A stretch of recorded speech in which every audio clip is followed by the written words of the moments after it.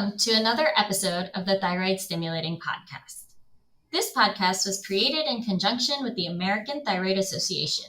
The goal of this podcast is to discuss up-to-date diagnosis and management for a wide array of thyroid diseases. I'm your host, Kaniksha Desai, and today we have a fascinating topic lined up for you: endoscopic thyroid surgery, also known as the Scarless Thyroidectomy. Endoscopic thyroid surgery, which was first described in the literature around 1997, has been expanding over the last decade and is transforming the way we approach thyroid surgery. It offers patients an alternative to the visible neck surgical scar, which is a concern to a large portion of our thyroid patients, especially younger and female patients. For today's podcast, we'll explore the technical aspects of the procedure, including different surgical approaches. Then we'll talk about patient selection criteria, as well as pre- and post-operative care. Lastly, we will be discussing using this endoscopic thyroid surgery option for both benign thyroid diseases as well as for cancer patients. To help us navigate this exciting topic, we have a distinguished guest joining us today, Dr. Leonardo Rangel from Rio de Janeiro State University, where he is a chief head and neck surgeon.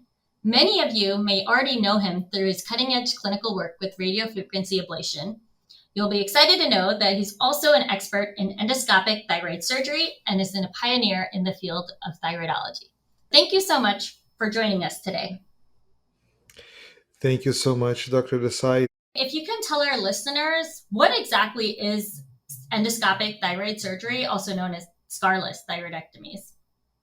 We surgeons, we develop this taste and this eager to include thyroid surgery with the endoscopic benefits of laparoscopic equipment, that we saw the benefit from other organs. There were a lot of different approaches that were tried, used, fell into disuse along those years, because different approaches had different advantages, disadvantages, and they were hard to be adopted. The latest one, the last one that we had, is transoral endoscopic thyroidectomy, as we call Scarless, because we tried to, in the first techniques, we tried to hide the scar, make it smaller, but none of those had all the benefits that we can have now with the Scarless one, the one that we don't have any scar apparently on the skin, not only on the neck. This was the latest approach that came up, and we understand why it would be the last one, because from all the other aspects, thyroid surgery is considered as a clean surgery. We try to avoid going through the mouth because we would think about the infections and would cause problems. It took us very long time to be courageous enough, I would say, to use that pathway. But what we proved is that this pathway is not only safe to do without any increasing risk of infections, because the incisions were actually made upper in the lip. There is no really saliva going through the incision, and then it makes very safe to do it. Although we use a little bit more antibiotics on the post-op, we don't see an increased risk of infections. That was the first thing that needed to be proved.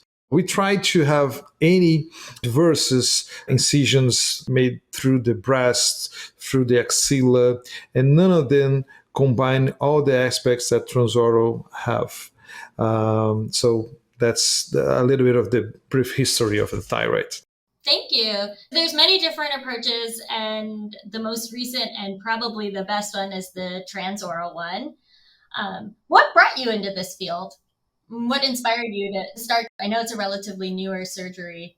I was really interested about thyroid endoscopic procedures from the work that the Italian colleagues and Thailandese colleagues started back in 2016. Once the first series that were published in 2016 was a big and impressive result, everybody got really interested. And because of two aspects. One, it could be done safely. The results were amazing in terms of complications and results. They also had amazing images. Surgeons are visual creatures, as you know. When you see a good image, a good exposure, you see the lighting, it catches our eyes. When I saw those first images, I was really impressed and I saw value in that procedure. I really tried to dig in that. So I went to Thailand, to South Korea, and got to know what those colleagues were doing. And it was an amazing result. They were already experienced on other techniques as the bilateral axillary approach, some with transaxillary. And what they found was that the superior approach through the mouth gave us the bilateral approach to the thyroid. Most of the times we need to do a bilateral procedure that is really readily available through the tweeter. And also, after remove the thyroid, sometimes we need to remove the lymph nodes from the central compartment. And then this approach allows us a very good exposure of this central compartment. It was all a completion of interest and I really felt that was really impressive what they were doing. Sounds exciting and inspiring. I know you briefly covered some of the key techniques that are used in the endoscopic surgery, but is there any specialized equipment that you would need to do a transoral versus a traditional open thyroidectomy? That's an additional beauty of this procedure. When we think about new technologies, new procedures, we immediately correlate those with increased costs. And that is a problem, especially for me that I live in Brazil and a lot of countries in the world. And costs is really not a very important factor in this procedure because we use normal, regular laparoscopic procedures. We use the cameras that our general surgeons use. We use normal equipment and regular video towers. This allows us that doing this procedure in any hospital capable of doing a median or even a small laparoscopic procedure.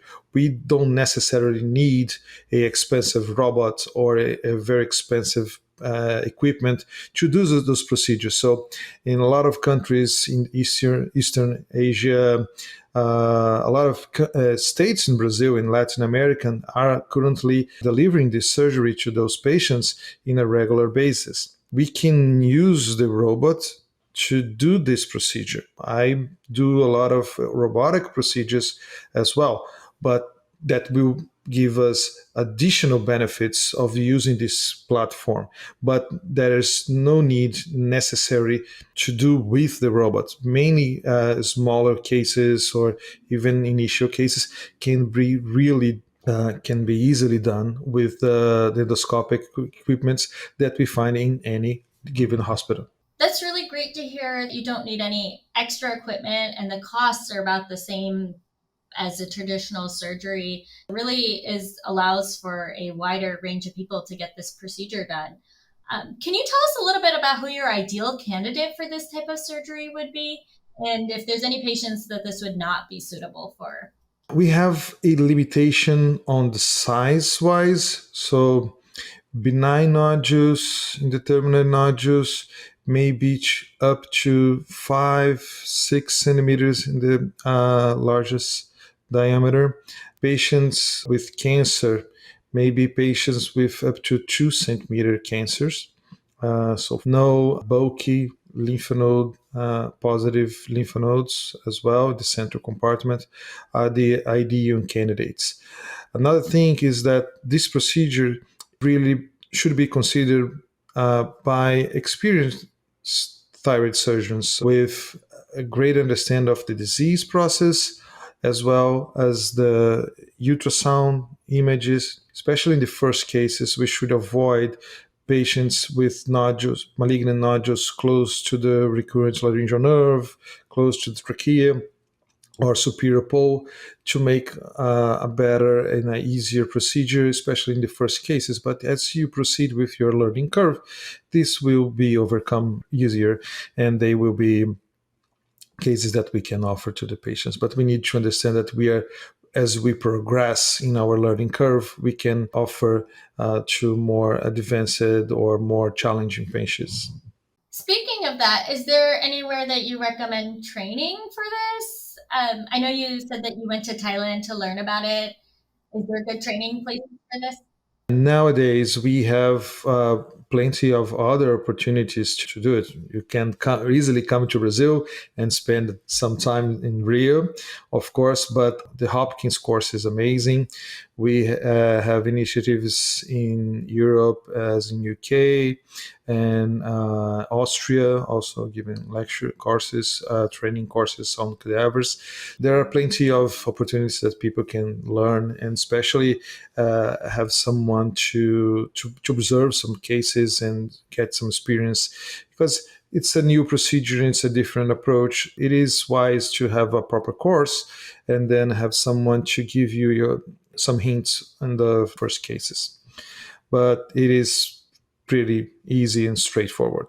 So once you become kind of experienced, do you offer this regularly to your patients who are great candidates? Like, how do you go about counseling a patient for this? My normal consultation, given the patient is a good candidate for treat for robotic surgery, what I do is, so let's say a 1.5 PTC.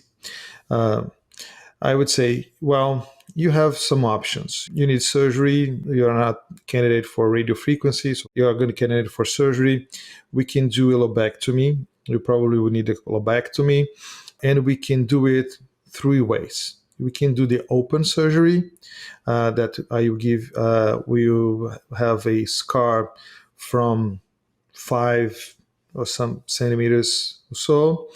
We can have it out with a tweeter, endoscopic procedure, or a robotic procedure also through the mouth, transorally, scarless, as you say. What the differences? We'll put the scar into the crease.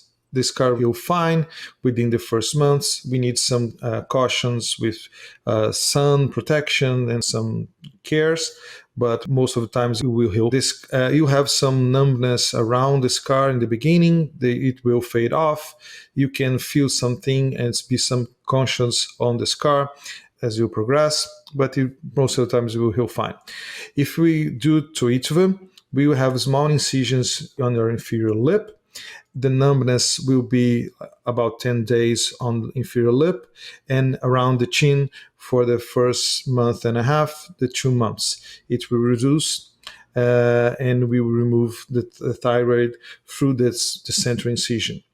The robotic procedure is pretty much the same approach with some advantages of the robotic platform that generally will allow me to do more advanced cases. Most of my patients, small initial patients, the cost of the robot plays an important role.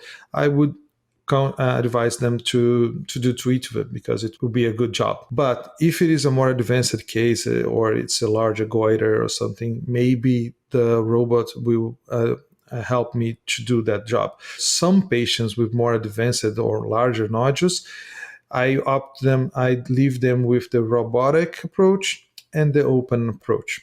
But Switchva can deliver more. In one paper that we saw from some universities in the US, they covered what the general population that they do surgery. Switchva can be indicated for up to 75% of those patients. It's a pretty large population that we are talking about. What benefits, besides the offering a scarless option, are there any other benefits that having a transoral approach might be compared to a traditional approach? There are some benefits for the surgeon and some benefits for the patient. The patients, of course, they benefit from not having a scar. The surgeons will experience a better ergonomic procedure. They will have a better position instead of looking down and trying to dissect, looking through a small hole with most of the times with loops and headlighting. We'll be looking straight line to the screen, and this will propagate a more erect position while we are operating. We can divide this view, this visualization, with everybody in the room. Everybody who's actually watching the procedure as it goes. So, oh, that's the parathyroid. Oh, that's the nerve. Once in the open scar, the open procedure, most of the times only the surgeon is really looking into the field, whereas the matter of fact is happening. The nerve, the parathyroid. Most of the times the assistant is just pushing the tissue out and making the surgeon a little bit more comfortable in looking the structure. So there are some benefits that for the surgeon. There is the magnification as well. The magnification is very important. So we generally use loops with 2.5 to 3.5 power, but the magnification with endoscopic and robotic procedures is 10 times power. And you really can see the small vessels that will feed the parathyroid. Those are benefits that we can be observed. These instruments are very delicate and small, and we can dissect those structures away from the thyroid. It's very nice. Sounds like if you were educating a fellow or a resident, the transoral approach is a better educational opportunity compared with the traditional approach. Definitely. And there is one beneficial fact that it's very, as you told from the fellows perspective, is that you can go back into your case, and that is precious, and that is actually something that is obligatory for general surgeons. When you do a case, you record those cases and you go back and you see that case from the beginning. That makes your learning curve way less steeper, because what happens is you see your mistakes. You can see where did it go wrong, where did you miss, where did it bleed, where did it bleed. Imagine, so, oh, that's the vessel I hate. Imagine that. All those situations will make you a better surgeon, but faster. And that is something that we sometimes do not account for, but is definitely something that is very important, and it is considered a routine for other specialties. We talked a lot about the benefits. Are there any specific risks or complications associated with the thyroid endoscopic surgery that patients or other physicians should be aware of? New procedures, different approach, different complications. Some complications that can be expected. The numbness and the chin and the lip are very usual. There is a nice paper from China using microfilaments and checking the sensitivity around the chin, around the for some time, and they observed that there's no permanent, the chance of permanent hypostasis is quite low. The air embolism is a risk. We need to be very cautious about that. We insufflate with CO2, the same that they use in laparoscopic procedures, and with any of those procedures, we need to be cautious about air embolism and take care of when it happens. It is a very important concern, but thankfully it's quite rare that it occur, and most of the times it's not something that is life-threatening. It can be really managed really fast. Infection, as I told, is quite low. It can generally be treated by antibiotics, and if in any case of seromas, it can be aspirated. Any small medical management is also can take care of that. Skin perforations, especially early in the curve when raising the flap, someone can make a small perforation, but this stops happening when you get acquainted with the procedure. Basically, this is nothing really else different from a normal thyroid surgery. We talked about the benefits and some of the risks. I kind of wanted to get into the data next. What about the success rates? Is this more successful for benign nodules versus cancer, or how does that differ? That's a difficult question, especially for surgeons. We lack a little bit of what our fellows endocrinologists have on their publication site, because surgery is difficult to prove. Surgery is really one case as each other, and as we say, no, not one case is not really the same as the other one. It's difficult to replicate, and different surgeons have different skills and learning curve points at some point. For example, I always trace a parallel with nerve monitoring.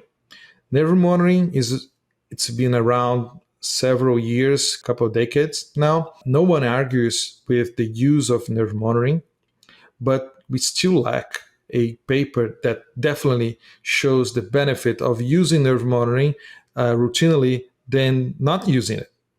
We don't have that data yet, but no one argues that using nerve monitor is better and safe. Surgery still have some of these not so scientific, but these adoption methods. We try to minimize that. We're using the IDEO framework and everything, but what we see is that comparing to each of in robotic surgery to open surgery in terms of cancer control, thyroid globulin level is pretty much the same. The yield that we take with the yield of lymph node retrieval during the surgeries is pretty much the same. Some papers observed less transient hypoparia, not permanent hypoparia. There's no difference, but transient hypoparia they were observed. Two papers observed better swelling after the procedure. One paper recently from the Hopkins series, and they actually observed better life quality, better quality of life indexes after Twichva compared to the same patients on open surgery.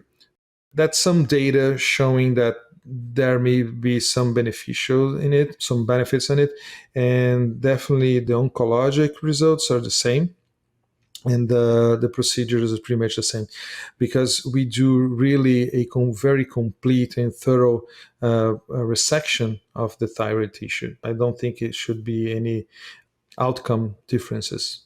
Just to be clear, for those cancer patients, generally the nodules have to be under 2 centimeters and with limited lymph nodes involvement in the central neck, right? Just wanted to clarify. Exactly. That's what our guideline says. Up to now, it should be less than 2 centimeters with ideally no lymph node metastasis or very low volume disease that we can take care of. How do you see future innovations or advancements in this procedure, or the expansion of the procedure in the next 10 years or so? Exactly. So that is what really moves me forward, because I see these procedures as the platform for the new development and new advances in thyroid surgery. Those benefits that we see and so far, and we can say to the patients, I say, now we are in the same plane as an open surgery, but these procedures are the platforms of the new technology that will be implemented on the thyroid surgery. Robotic endoscopic platforms will hold advanced augmented reality, artificial intelligence, all those new things that we will see you experiencing in surgery for other specialties such as thoracic, general surgery, urology, gynecology. All those technologies are currently being developed, and it's just a matter of moving and adapting this to the thyroid. For example, there is already a publication in one of ATA's paper, the video endocrinology, about a artificial intelligence that was developed from our Chinese colleagues. They trace the parathyroids with those boxes as your phone would do with a face while you're taking a picture.